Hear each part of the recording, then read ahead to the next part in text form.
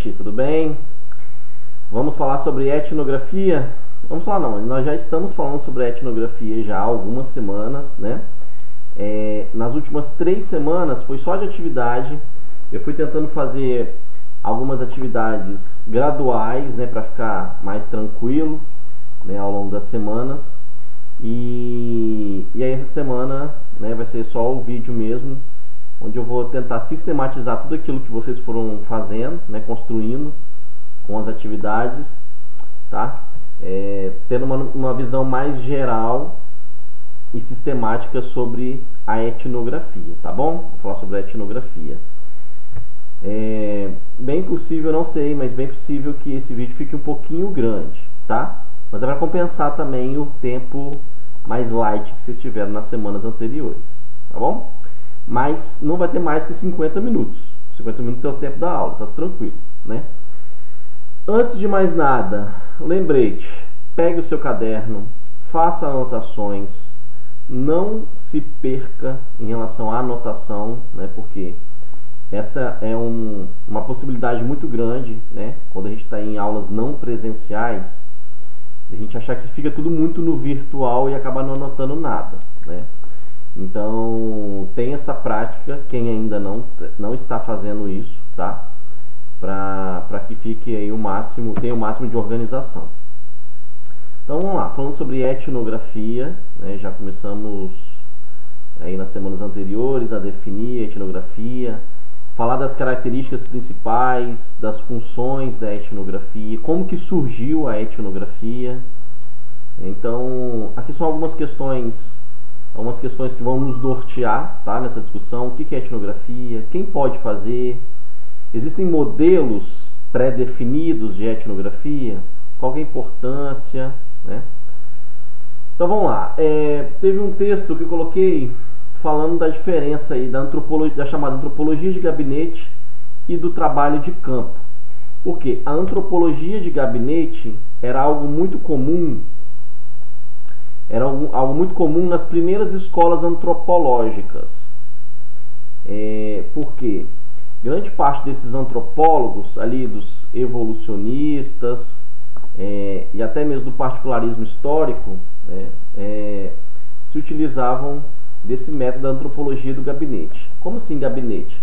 Gabinete porque eles ficavam dentro dos seus escritórios, do gabinete mesmo, estudando outras culturas, mas com um olhar de fora, muitas vezes sem ter o mínimo de contato com aquela cultura. Então nunca foram, por exemplo, uma tribo indígena, nunca tinham ido até uma tribo, mas estudavam dentro dos seus gabinetes.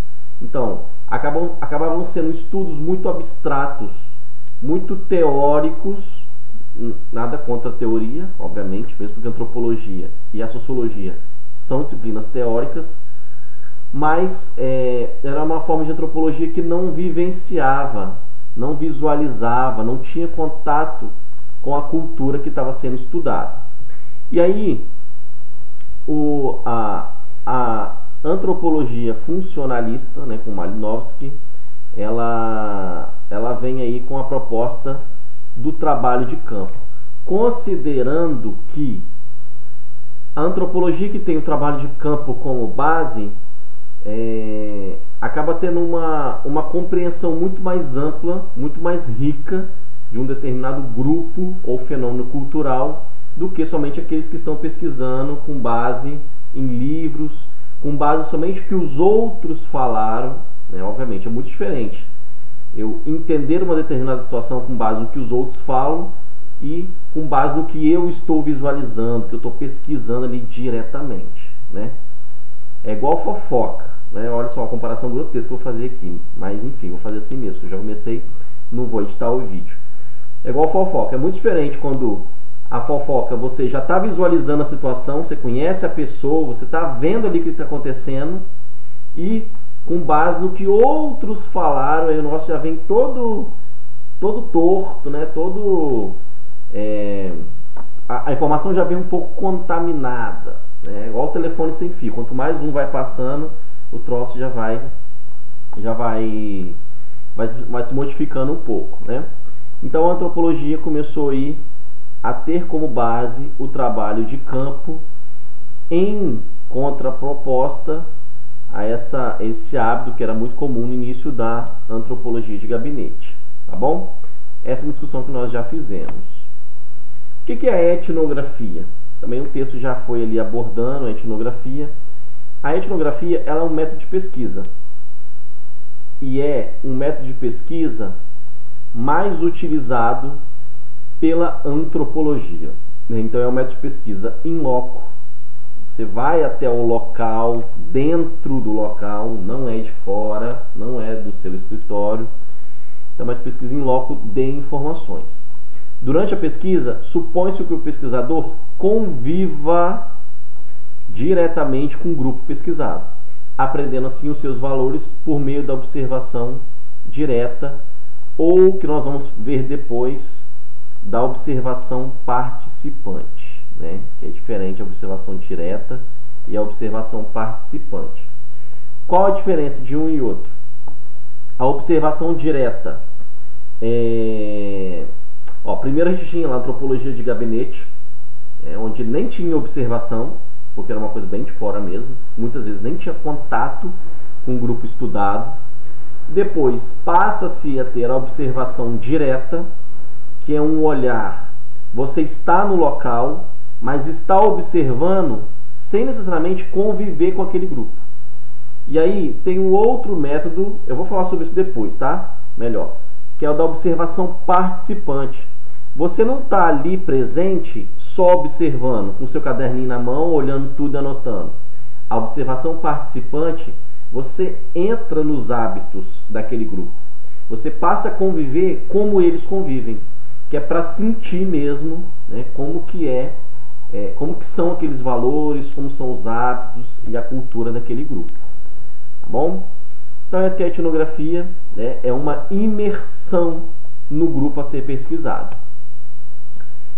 Quem iniciou a etnografia foi o Malinowski, também já falamos sobre isso, né? Aqui é só para sistematizar. E aí foi um grande marco na antropologia. Por quê?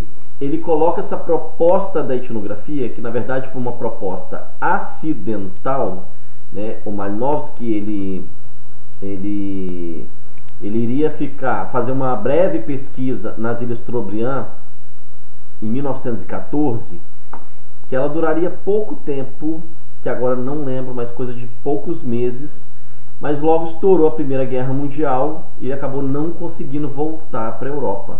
Ele acabou ficando 4 anos lá. Se não me engano, acho que foram 3 anos e meio, né? Mas por aí. Então ele ficou muitos anos, ele acabou convivendo com aquele grupo de uma forma muito mais intensa. E aí foi assim, não foi algo pensado, planejado, né, racionalmente, foi meio que acidental, mas aí ele acaba criando esse método de pesquisa que é da etnografia. Que ele percebeu que, a partir do momento que eu estou ali convivendo com aquele grupo, fazendo o que eles fazem, trabalhando como eles trabalham, falando como eles falavam, né, usando o mesmo vocabulário, usando as mesmas roupas, alimentação, ele percebe que consegue entender muito mais aquele grupo, do que somente ficar de fora olhando, né? Certo?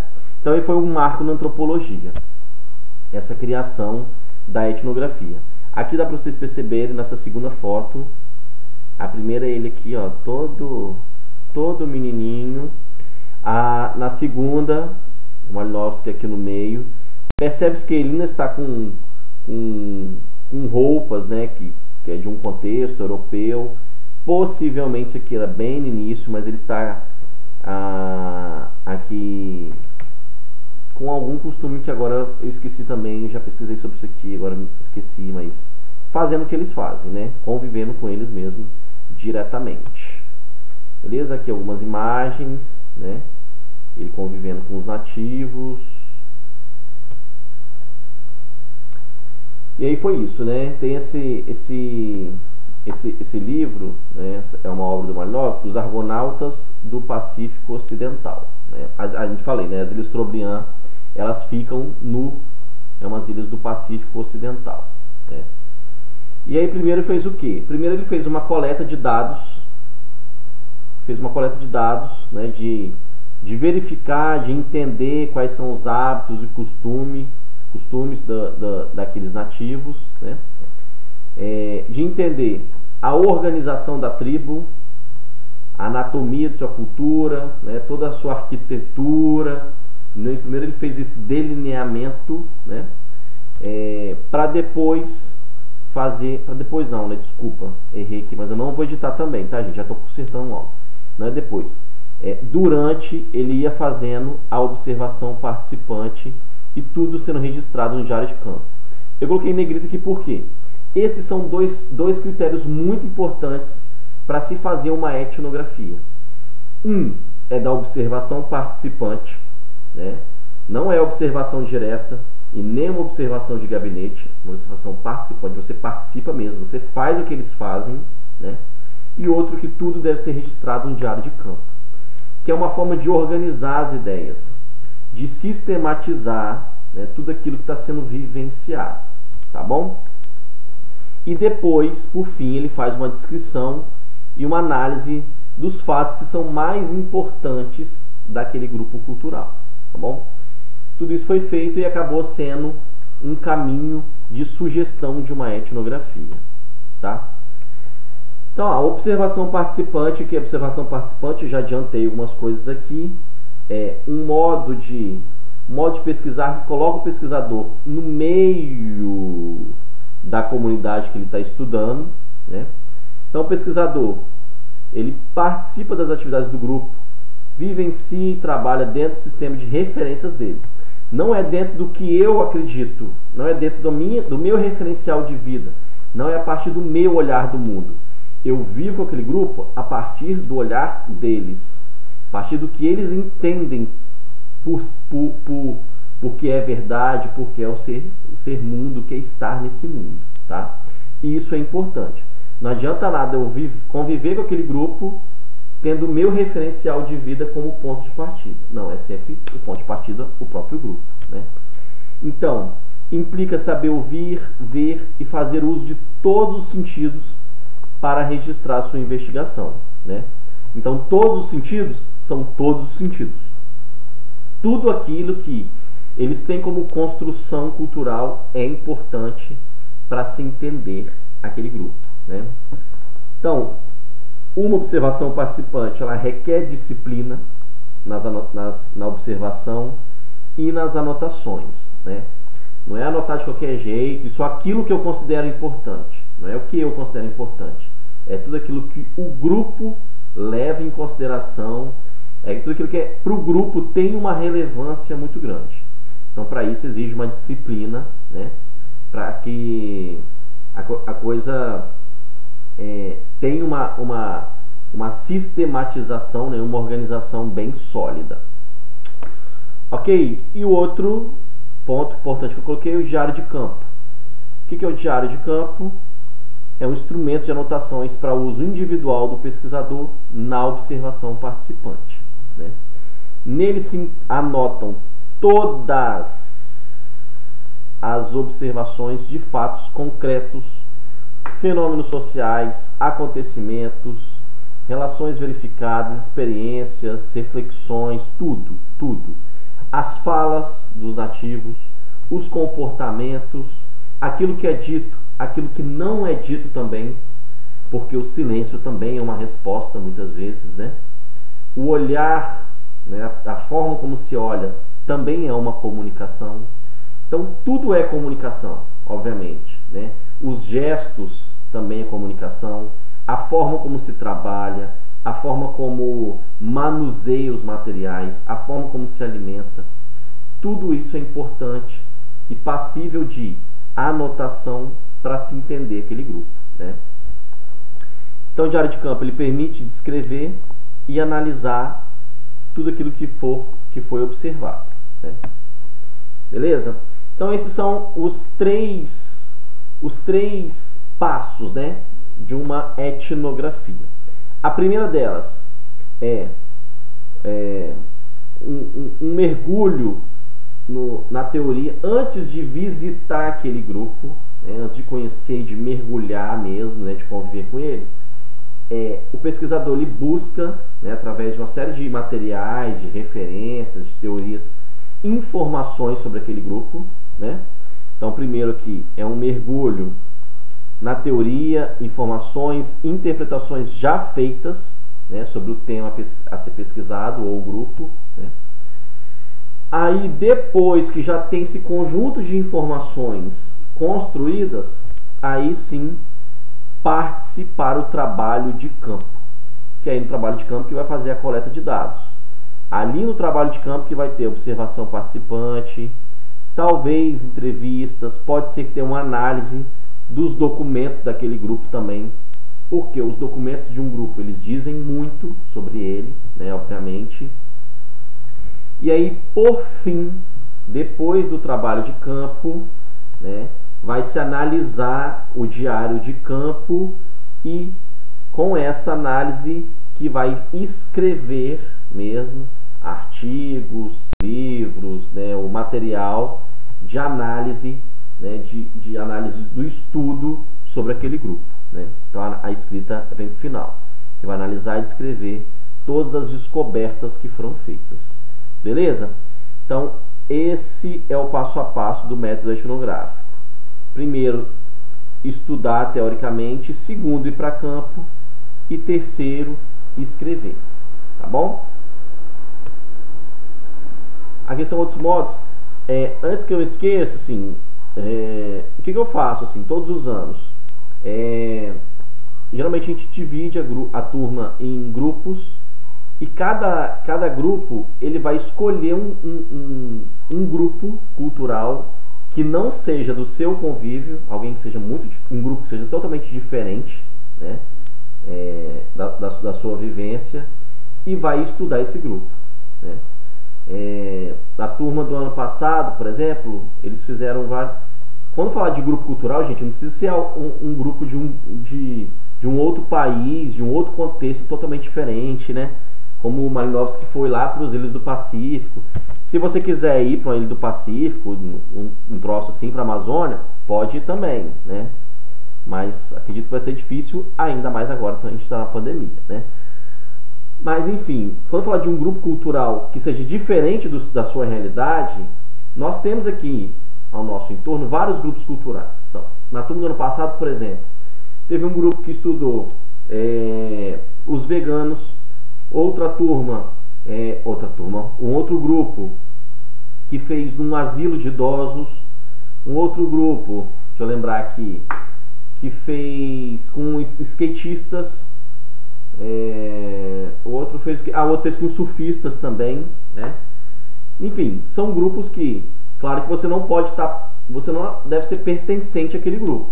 Porque se você é pertencente, você não vai tentar entender, né, com o olhar de fora, porque você já faz parte daquilo dali.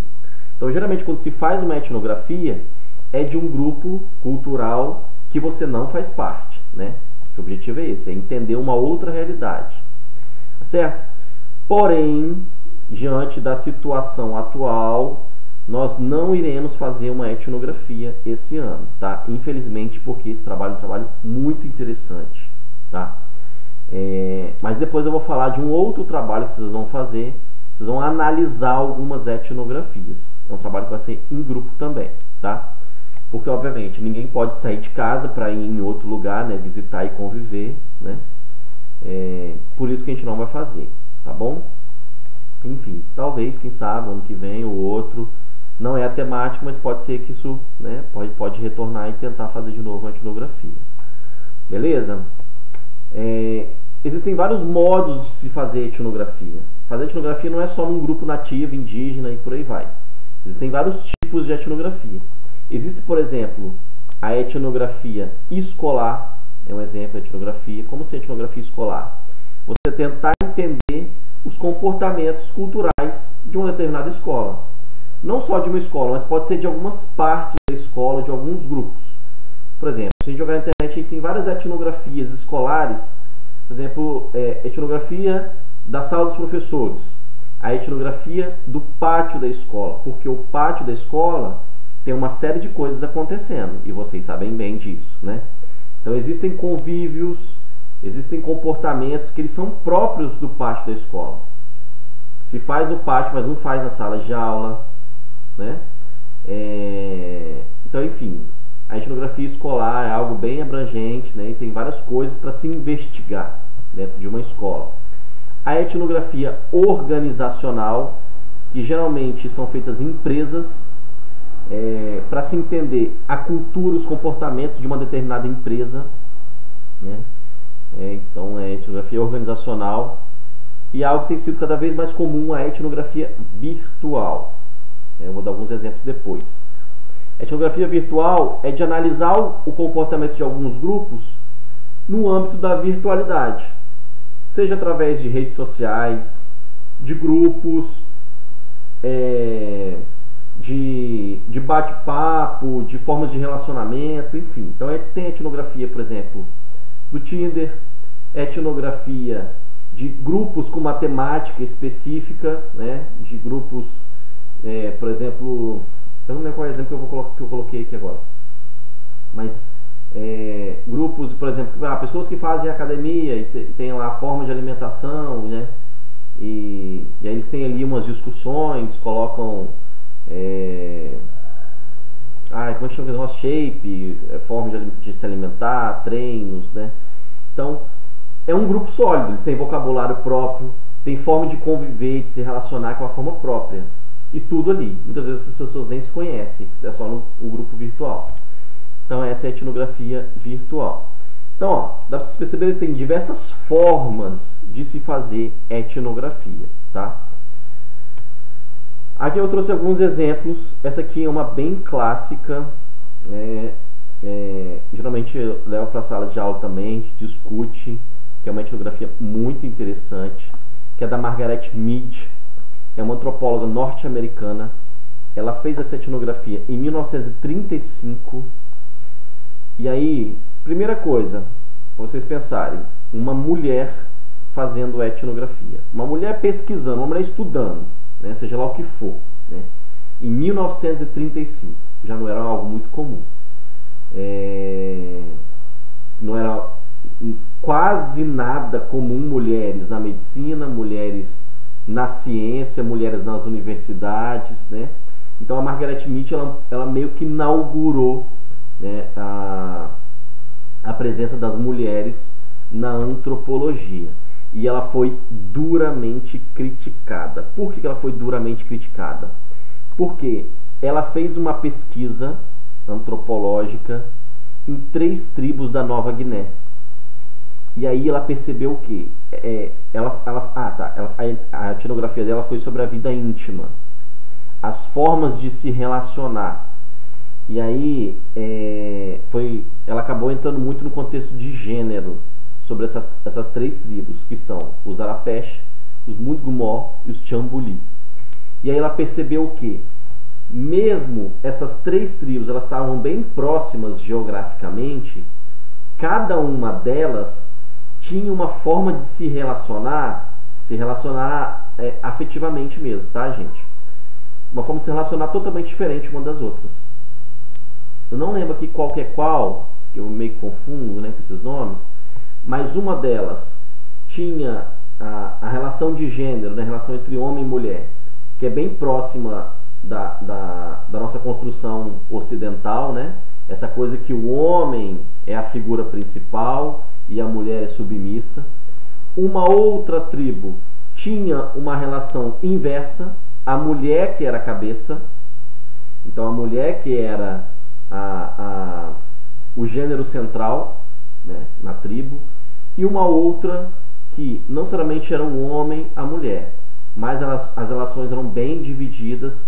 Então, em alguns aspectos o homem prevalecia, em outros aspectos a mulher prevalecia, né?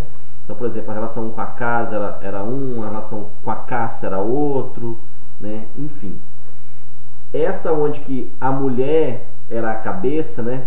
A mulher era a cabeça racional. E ela percebeu o quê? Que os homens,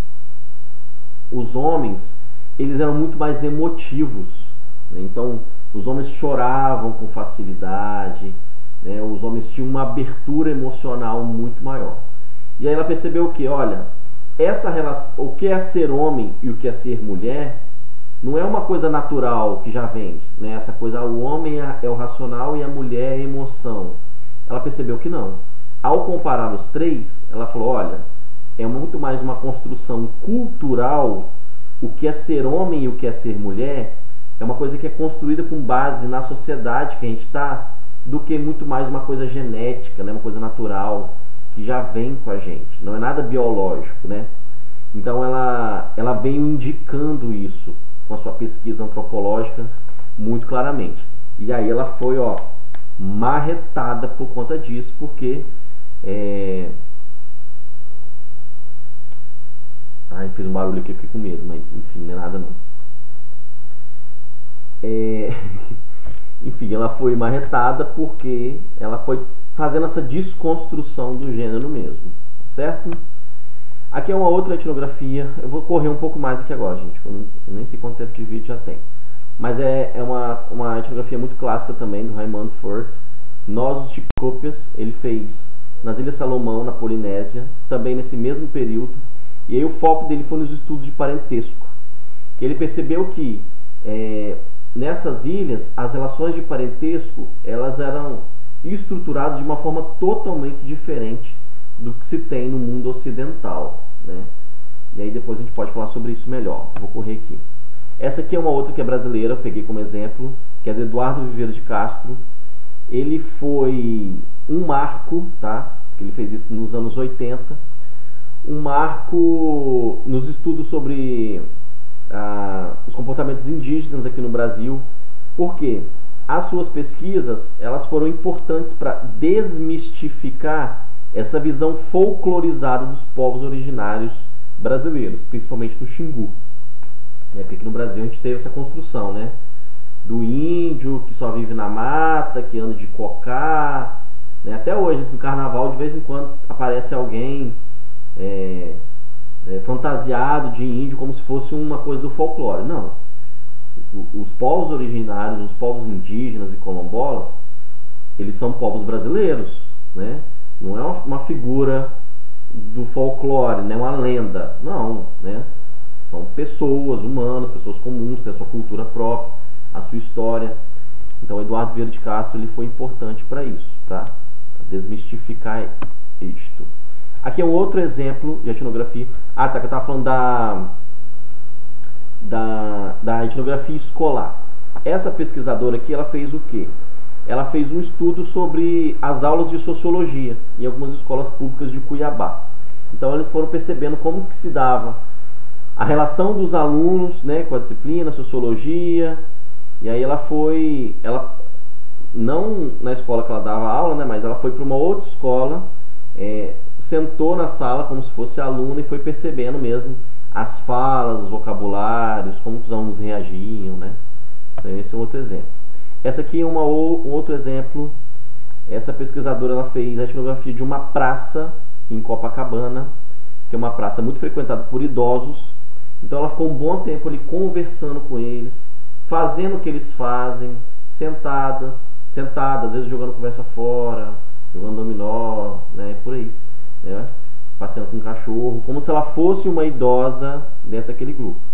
E aí ela foi tentando compreender esse mundo, esse universo da terceira idade naquele contexto.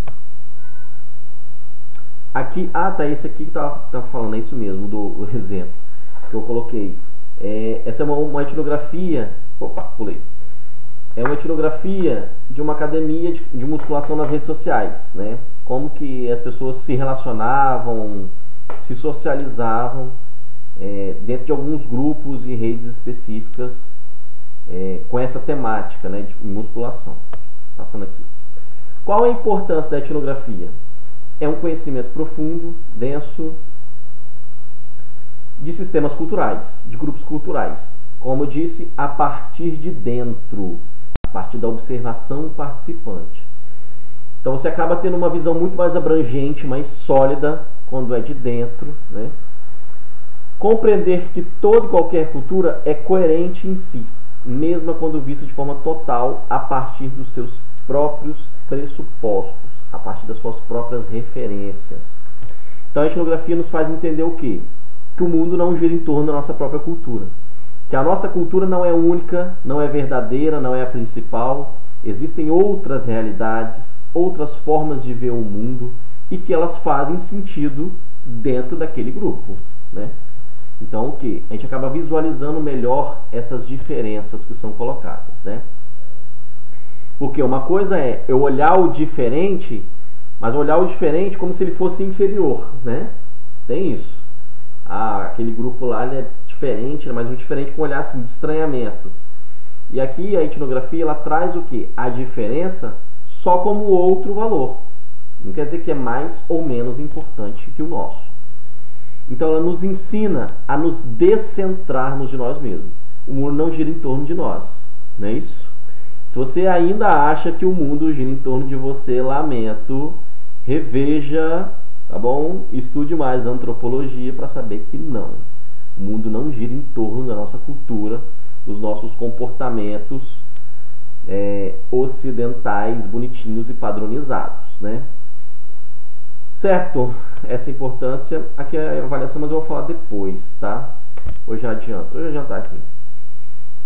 Vocês vão escolher uma etnografia, mas eu vou descrever isso melhor. Vou escolher uma etnografia, tá? Vocês vão falar aí, por que vocês escolheram essa etnografia?